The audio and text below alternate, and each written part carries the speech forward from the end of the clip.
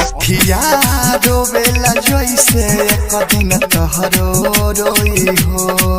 अखिया रोवेला जैसे एक दिन तोहरो रोई हो। जेंगा हमारा संगे धोखा कइलू तोर संगे होई हो। जेंगा हमारा संगे धोखा कइलू तोर संगे होई हो। अखिया रोवेला जैसे एक दिन तोहरो रोई हो। अखिया रोवेला जैसे एक दिन तोहरो रोई हो।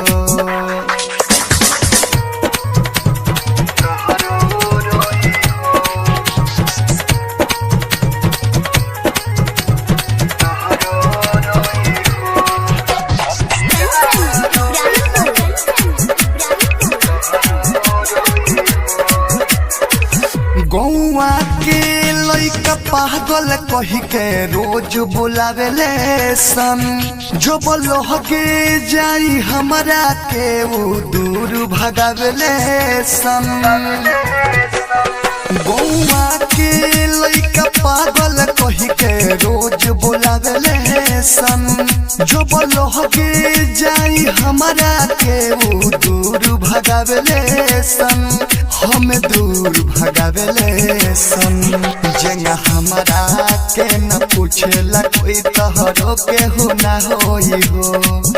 अखिया रोवेला जैसे वैसे तोहरो रोई हो। अखिया रोवेला जैसे एक दिन तोहरो रोई हो।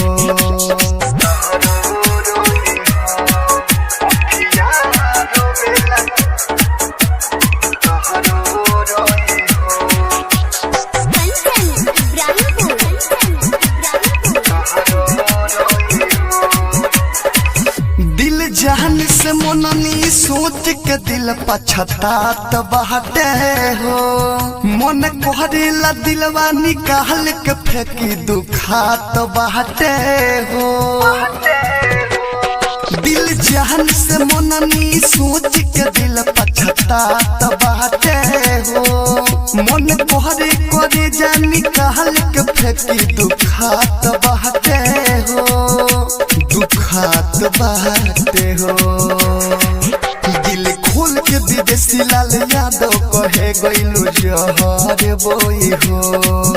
दिल खोल के विदेशी लाल कहे धर्मेंद्र गइलू जहर बोई हो। जेंगा हमारा संगे धोखा कइलू तोर संगे होई हो।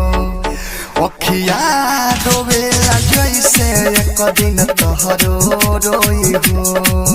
अखिया रोवेला जैसे एक दिन तोहरो रोई हो। अंकुश रिकॉर्डिंग स्टूडियो जादू।